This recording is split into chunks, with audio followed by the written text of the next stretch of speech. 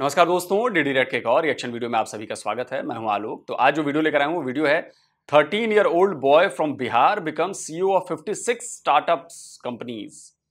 अच्छा जी, तो इस पे डेली स्ट्राइक का वीडियो है, तो चलिए देखते हैं भाई पाकिस्तान के लोग जो है वो क्या कह रहे हैं। कैसे हैं आप? अल्हम्दुलिल्लाह। नाम आपका?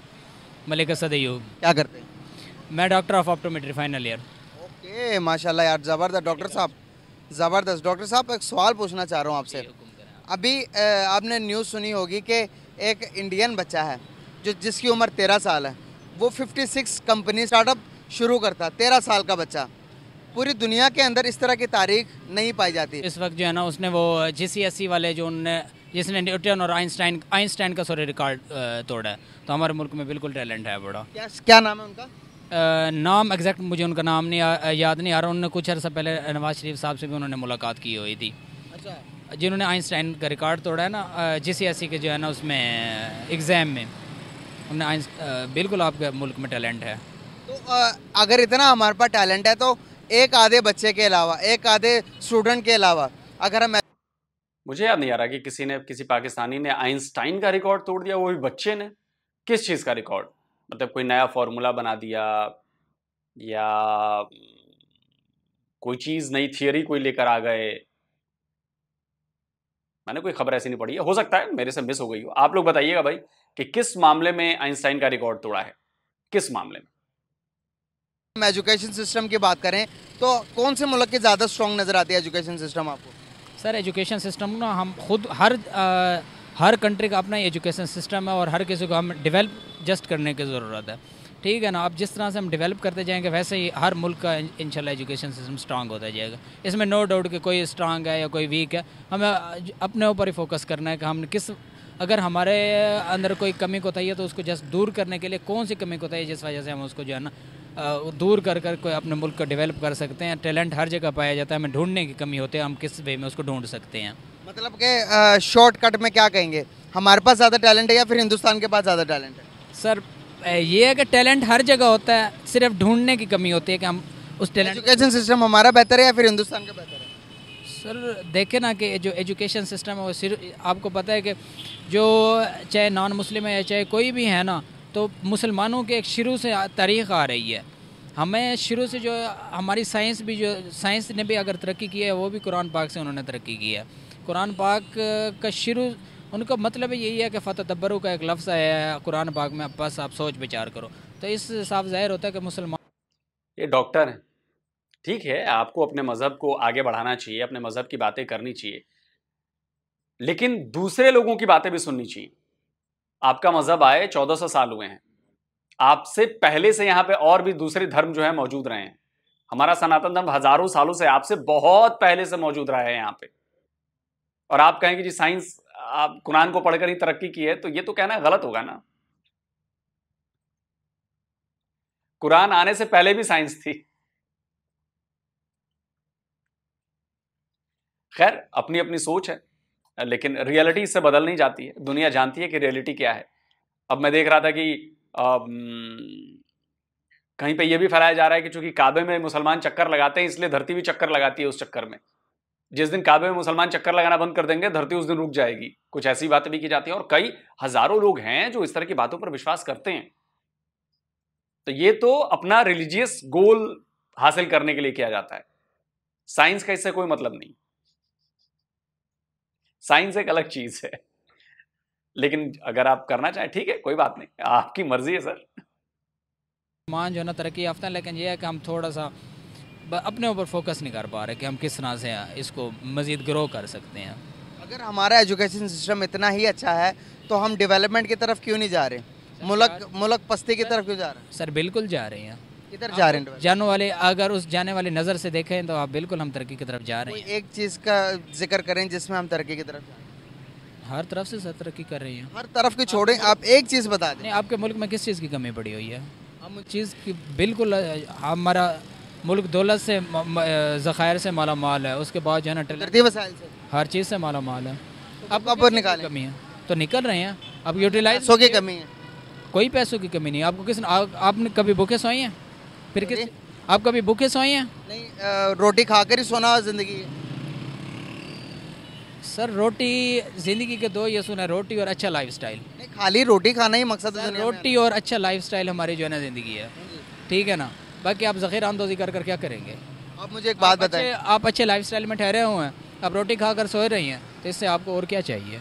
मेरे साथ चलें, 4-5 बंदों के पास चलते हैं, उनसे पूछते हैं कि हालात क्या हैं। सर हालात जो है ना, हालात खुद इंसान क्रिएट करता है। इंडिया के पास 600 बिलियन डॉलर मेरी बात सुने, आप सारा दिन आप बैठ जाएं, आप कोई काम ना करें, फिर आप कहें कि जो है ना हमारे हालात ऐसे हो जाएंगे। भाई जो मेहनत कर रहा है वो आगे जा रहा है।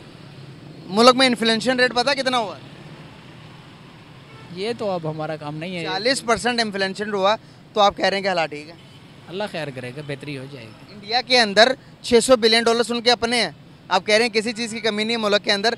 हमने 7 अरब रुपए हमारे अकाउंट में है, लेकिन वो भी किसी से मांग थांग के लिए हुए। चलें, अल्लाह खैर करेगा, जो भी है ये अब उनका मामला है, जिनके हैं ये। इस पर फंस गए ये, फंस गए ये।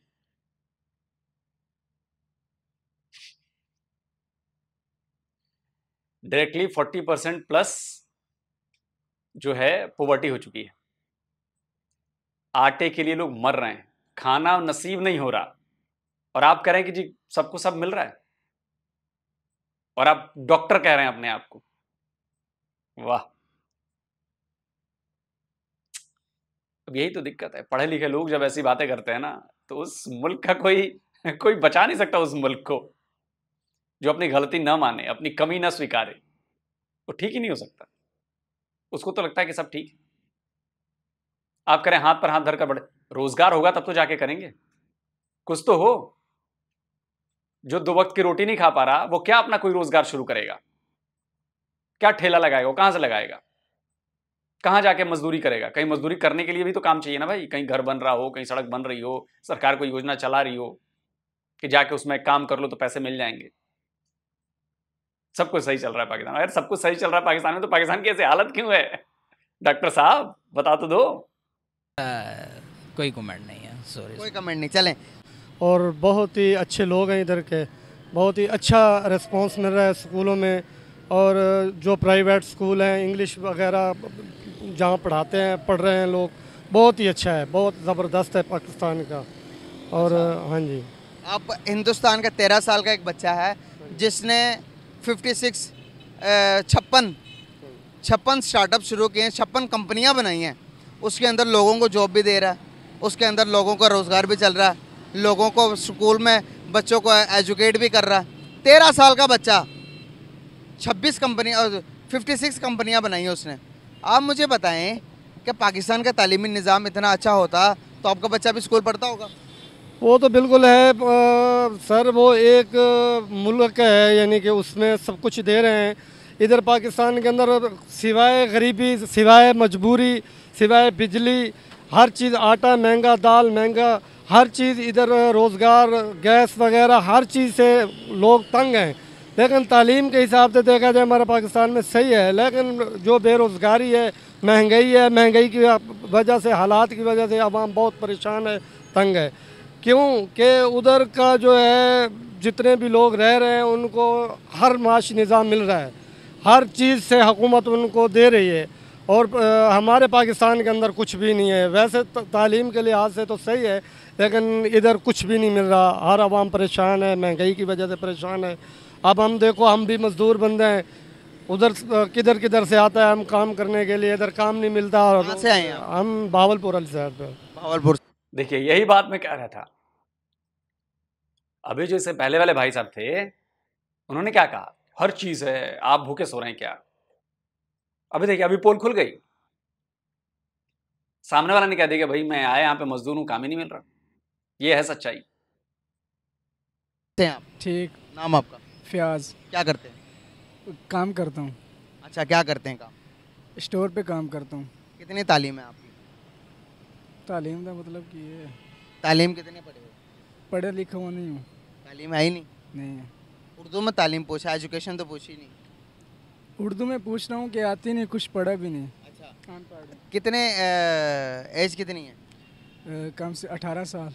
18 साल की एज है। इंडिया, हिंदुस्तान के अंदर 13 साल के बच्चे ने एक स्टार्टअप बनाया, एक कंपनी बनाई है, जिसने तकरीबन 56 कंपनियां बनाई हैं, 56 कंपनियां। 13 साल का बच्चा इतना बड़ी अचीवमेंट कर सकता है, क्या हम इंडिया का मुकाबला कर सकते हैं पाकिस्तान? कर सकते हैं। एक पाकिस्तानी 10 हिंदुओं के बराबर है। अच्छा, एक पाकिस्तानी? हाँ, 10 हिंदुओं के बराबर है। ये कौन सा लॉजिक हुआ? ये लॉजिक है, दिल जिगरा है पाकिस्तानियों के अंदर, जिगरा है बहुत बड़ा। बहुत बड़ा जिगरा है? इतना बड़ा है? इससे भी ज़्यादा बड़ा जिगरा है। इतना बड़ा है? इससे भी ज़्यादा बड़ा। तो ये बड़ा, इतना बड़ा जिगरा हमारा 71 में कहाँ चला गया था? 71 में हम पैदा भी नहीं हुए थे। आप आज का पता है, मैंने आपको बता दिया। क्या अगर हिंदुस्तान के साथ अभी मुकाबला हो जाए तो क्या कर सकते हो? लड़ सकते हैं और क्या कर सकते हैं, मरने कैसे लड़ोगे? बारी है, जैसे लड़ते हैं वैसे लड़ेंगे। अच्छा, मतलब कि लड़ाई झगड़ा से कोई और हल नहीं है? और क्या हाल, दोस्ती? हाँ जी। नहीं, वो नहीं, वो हल ही नहीं है? वो हाल ही नहीं। क्यों? वो क्योंकि वो हमारे खुदा को मानते ही नहीं है। अच्छा, हमारे खुदा को नहीं मानेंगे, आप उसे मारोगे? हाँ, क्यों? जो हमारे खुदा को मान ले तो फिर हम उससे हाथ मिला लेंगे। अच्छा, हाँ, ये कहाँ की बात हुई? ये यहाँ की बात हो, जो आप दोस्ती की बात कर रहे हो तो यही दोस्ती का एक हाल है। अच्छा, आप ठीक जरा इसका उल्टा कर दीजिए, ठीक इसका उल्टा कर दीजिए। यही चीज जो इस बंदे ने कही है, यही चीज सामने वाला बंदा कर ले, तुम हमारे भगवान को नहीं मानते हो, हम तुम्हें मारेंगे, हम तुमसे दोस्ती नहीं करेंगे। सेम यही चीज। कैसा लगेगा आपको? अच्छा लगेगा? आपको गुस्सा आएगा ना? ऐसे ही हमें भी गुस्सा आता है। और मैं कह रहा हूं, ये न्यूटन का लॉ है, जैसा आप करोगे वैसा ही आप भरोगे, जैसा आपका एक्शन होगा वैसा ही रिएक्शन होगा। तो ये बात समझो कि हम 1-10 पर भारी हैं, तो तेरे 93,000 कौन थे बे? तेरे बाप दादा रहे होंगे उसमें, जाके पूछ। जब लेटे थे, पैंट परेड हुई थी, बस बातें बड़ी बड़ी करने आती हैं जाहिलों की तरह। खैर तू तो जाहिल ही है, पढ़ा लिखा आदमी होता तो खैर पढ़े लिखे लोग भी ऐसे ही करते हैं यार। मैं हमेशा कहता हूं लॉजिक लगाइए। जो बात आपने कही वही बात अगर मैं कहूं कि तुम हमारे भगवान को नहीं मानते हो, हम तुम्हें मारेंगे, हम तुम्हें दोस्ती नहीं करते, अब बताओ तो मैंने कोई गलत बात कही? अगर आप इस बात को सपोर्ट करते हो तो आपको मेरी बात का भी सपोर्ट करना पड़ेगा, क्योंकि मैंने भी वही बात कही है, बस साइड बदल गई है। वो तो अपने मज़हब को मानेंगे ना? वो अपने मज़हब को भी माने, हमारे मज़हब को भी माने ना। अच्छा, हमारे मज़हब को ना मानेंगे तो आप काट दोगे? काट देंगे। यार ये कैसी बात हुई? ये तो आप तो गलत बात कर रहे हो ना। ये गलत तो वो बात करने को हमारे मज़हब को बुरा बोलते हैं। क्यों बोलते हैं? कब बुरा बोला किसी ने? बोलते हैं ना, क्यों नहीं बोलते? जब आप किसी के मज़हब को गलत कहोगे, बुरा कहोगे तो वो भी बोलेंगे। हम उनके मज़हब को कभी नहीं गलत बोले। उनका मज़हब उनके साथ है, हमारा मज़हब हमारे साथ है। अभी आपने कहा कि वो हमारे मज़हब में आएंगे तो ठीक है, नहीं आएंगे तो हम काट देंगे। वो तो काटने की बात है, जो वो बुरा बोलेंगे ना फिर काटेंगे ना। तो अगर वो आपके मज़हब में नहीं आएंगे तो आप उन्हें काटोगे? ऐसी वो नहीं आएंगे तो वो उनकी मर्जी है, जो हमारे मज़हब को बुरा बोलेंगे तो फिर काटेंगे। अच्छा, हाँ, तो पहले आपने मौक़िफ़ और दिया, फिर बाद में और दे दिया। कौन सा और दे दिया? यही बात है ना। तो मतलब ये भी तय हुआ ना कि आप भी अगर मेरे धर्म को बुरा बोलोगे तो मैं भी काट दूं आपको। सेम बात है, सेम लॉजिक। समझिए इस बात को, इस मेरे पॉइंट को समझिए। सेम लॉजिक जो उसने बंदे ने बात कही, वही बात मैं कह रहा हूं। मैं कोई इधर उधर बात नहीं कर रहा हूं। तो सही होगा ना? अगर उसकी बात सही है तो फिर मेरी बात भी सही है, फिर तो किसी को कोई एतराज नहीं होना चाहिए। यही तो माइंडसेट है जो आप में है, मेरे में नहीं है। मैं ऐसा कभी नहीं कहूंगा कि आप मेरे धर्म को नहीं मानोगे तो मैं आपको मार दूंगा। मैं ऐसा कभी नहीं कहूंगा कि आप मेरा धर्म स्वीकार कर लो नहीं तो मार दूंगा। मैं कभी नहीं कहूंगा ये। क्यों कहूंगा भाई? क्योंकि हमारा धर्म ये नहीं सिखाता। हमारा धर्म सबको साथ लेकर चलने को कहता है।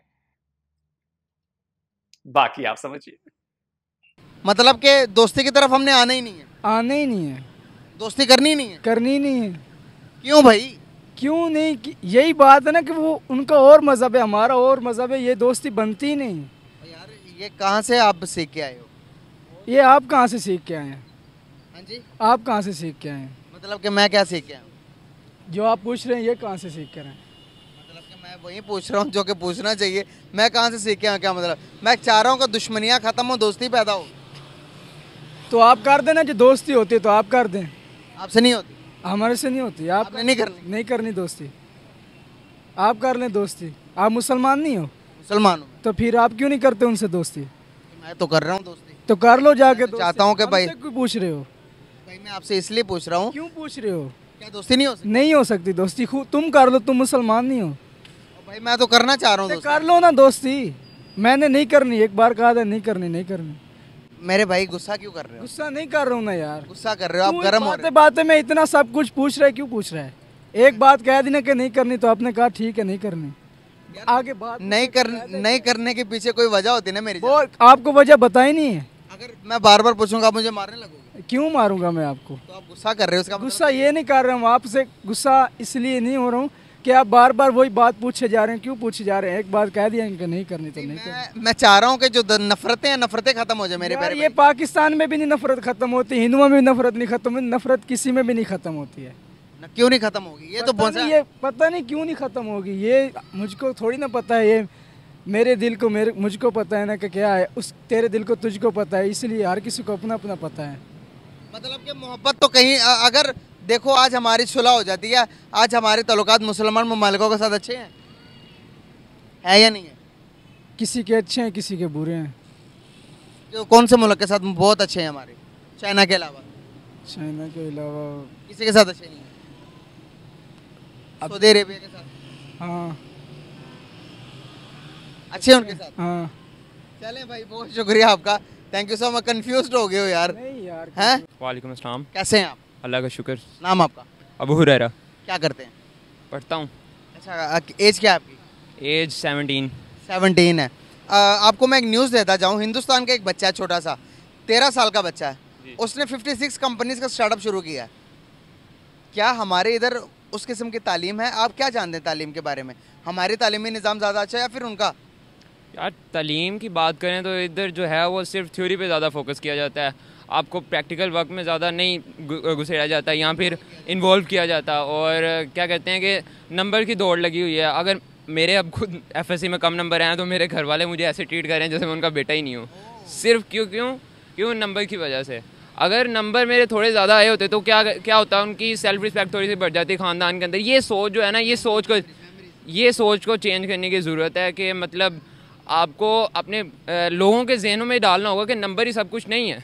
आप प्रैक्टिकल के ऊपर फोकस करें, आप उन्हें चीज़ें स्किल जो रियल लाइफ स्किल्स हैं वो सिखाएं, तो तभी काम होगा। वरना ये देखें, आपने स्टार्टअप की बात की है, पाकिस्तान में कोई 13 साल का बच्चा, वो 13 साल का बच्चा, इधर तो माँ बाप तो 13 साल के बच्चों को ऐसे ट्रीट करते हैं जैसे वो 5 साल का बच्चा है। वो मेरा बच्चा, नहीं कहीं नहीं जाना, भाई नहीं जाना, ये नहीं करना, वो नहीं करना। किताबें ही पढ़नी, किताब से बाहर आपने हाँ, देखना किताब से नहीं, बाहर इससे देखना बाहर ही सोचना भी नहीं है। सोचना भी नहीं है, बिल्कुल यही ज़हनियत जो है वो फिर बाद में क्या होता है कि बाद में उसे सोशल इश्यूज़ होते हैं, उसे लोगों से बात करने का तरीका नहीं आता, उसे बाहर चलने फिरने का तरीका नहीं आता, तो वो इतना ज़्यादा उसे बाद में मुश्किलात का सामना करना पड़ता है। किस वजह से?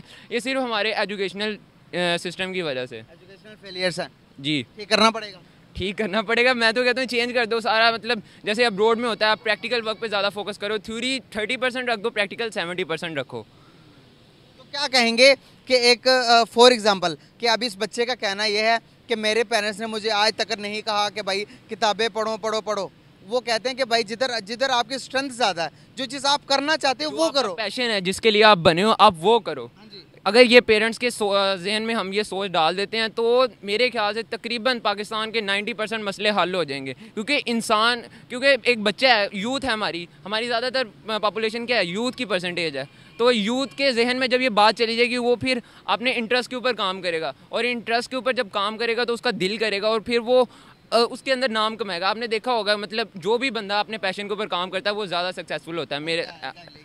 तो अगर उसको वही थ्योरी वाले तरफ या इंजीनियरिंग कर लो, हमारे ये चीज़ है कि मतलब 3 फील्ड्स हैं इधर। एक मैट्रिक करके बच्चे के पास सिर्फ 3 ऑप्शन होती हैं, या तो वो कर ले डॉक्टर इंजीनियर बनने, या फिर वो कंप्यूटर की फील्ड की तरफ चल जाए, और कोई ऑप्शन ही नहीं बनाई हुई इधर। यहाँ अगर कोई FA करता है तो उसे नीची नज़र से देखा जाता है कि वो तो FA कर रहा है भाई। ये गलत सोच है मेरे ख्याल से। मेमोरी को जितना अच्छा मेमोराइज कर सके उसको काबिल समझते हैं, उसको काबिल। जिसकी मेमोरी इतनी स्ट्रांग नहीं है वो याद ना कर सके उसको हम नालायक समझते हैं। रोड लर्निंग प्रमोट कर रहे हैं, ये रट्टे लगाओ बस रट्टे। मेरे पेरेंट्स खुद कह रहे थे कि फर्स्ट ईयर में मेरे नंबर नहीं आया तो मामा मुझे खुद कहती थी बेटा तूने नंबर लेने हैं, जैसे मर्जी चाहे तू रट्टे लगा चाहे जो मर्जी कर, तुझे पढ़ना पड़े। सिस्टम ऐसा बना ना भाई, मजबूरी है। बना, हाँ जी मजबूरी है। मजबूरी ये है कि वो अना का मसला बना लिया हुआ पेरेंट्स ने भी, और आप अच्छे नंबर ना लो आपको किसी अच्छी यूनिवर्सिटी में एडमिशन नहीं मिलेगा। जी ये भी बात, पूरी भी तो यह है, मजबूरी ये है। और जो प्राइवेट यूनिवर्सिटी है उसकी फीसें ही बहुत हैं। स्किल्स के बुनियाद पर आपको नहीं सिलेक्ट किया जाता, यहाँ पर आपको आपकी मेमोरी कितनी स्ट्रांग है, यहाँ पर है ही रट्टा सिस्टम भाई। आप इससे भागना भी चाहोगे, सिस्टम है, सिस्टम से आप बाहर नहीं निकल सकते। वही ना, स्किल्स की तरफ तो आते ही नहीं है, बच्चों को टाइम ही नहीं मिलता। बच्चे स्किल्स कहाँ से डेवलप करें? हर वक्त तो वो बुक्स, कॉलेज से आए अकेडमी से आए वो बुक्स, उसके बाद टेस्ट सिस्टम, उनके सारा ये तो बच्चों को पिसवा दिया हुआ है। उनके पास कोई एक्स्ट्रा करिकुलर एक्टिविटीज़ के लिए टाइम ही नहीं है। और स्कूलों के अंदर भी क्या बिजनेस बना लिया है, आप जितने ज़्यादा नंबर आएंगे उतना ज़्यादा स्कूल का बड़ा नाम होगा और उतनी ज़्यादा एडमिशन होंगे। ये गलत चीज़ है। क्या कहेंगे, इंडिया का मुकाबला कर सकते हैं एजुकेशन सिस्टम? मेरे ख्याल से जब तक ये एजुकेशन सिस्टम को चेंज नहीं करते तब तक तो सोचे भी ना, लाइन में नहीं आ सकते, हम उनके बराबर भी नहीं पहुंच सकते। वो हमसे कितना आगे? वो बहुत आगे हैं। उनका तकरीबन 5 साल का बच्चा आपके 20 साल के बच्चे से, 20 साल का जो ग्रेजुएट बंदा होता है या 22 साल का 23 साल का जो ग्रेजुएट बंदा है उससे ज़्यादा अच्छी इंग्लिश बोल लेता है। जी, अमेरिका के बाद दुनिया में सबसे ज़्यादा इंग्लिश इंडिया में बोली जाती है। और उधर क्या है कि उधर आईटी की इंडस्ट्री बहुत ज़्यादा है, बहुत ज़्यादा फील्ड है। और इधर क्या है, इधर वही इंजीनियर डॉक्टर भी रुलते हैं, इतना पैसा लगा के भी बाहर चले जाते हैं। जो भी आजकल कर रहा है, मेरे ख्याल से जो है ना 70% जो ग्रेजुएट है ना पाकिस्तान के, वो अपनी डिग्री के ऊपर वो वाला काम कर ही नहीं रहे जो उनकी डिग्री है। तो वो काम ही डिफरेंट करने के बाद कोई कॉल सेंटर में जॉब ढूंढते हैं 20 से 25 हज़ार रुपये, कोई रेस्टोरेंट में काम कर रहा है, कोई कॉल सेंटर में काम कर रहा है, इस तरह की जगहों, कोई पार्किंग एरिया में लगा हुआ है, कोई मॉल में लगा हुआ है।